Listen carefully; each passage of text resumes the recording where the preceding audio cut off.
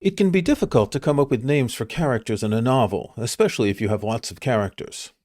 Some writers come up with character names that are both descriptive and unique. Think of Dickens with characters such as Charity Pecksniff, Anne Chickenstalker, and Rogue Riderhood. But some authors struggle to find names that fit their characters.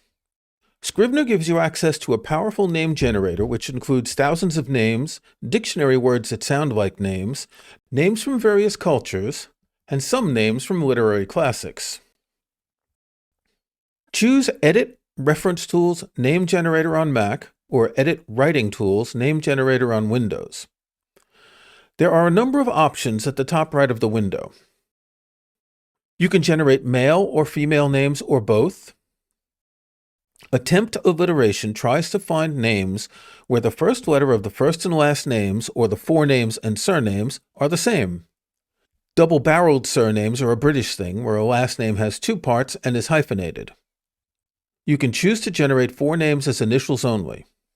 You can choose 1, 2, or 3 forenames or initials. If you know what your character's first or last name is but want a list of possibilities, you can set that here. For example, if you want a character named Jane or a character whose last name is Holmes, you can enter that name and Scrivener will come up with options. Drag the obscurity level slider to change the range of names from common names like Smith and Jones to more obscure names like Winterbourne and Dunsford. You can view the name lists and enable or disable them at the bottom right of the window. You need to choose at least one names list. These are first names, and the list must be compatible with the gender selected above, and one surnames list. These are last names.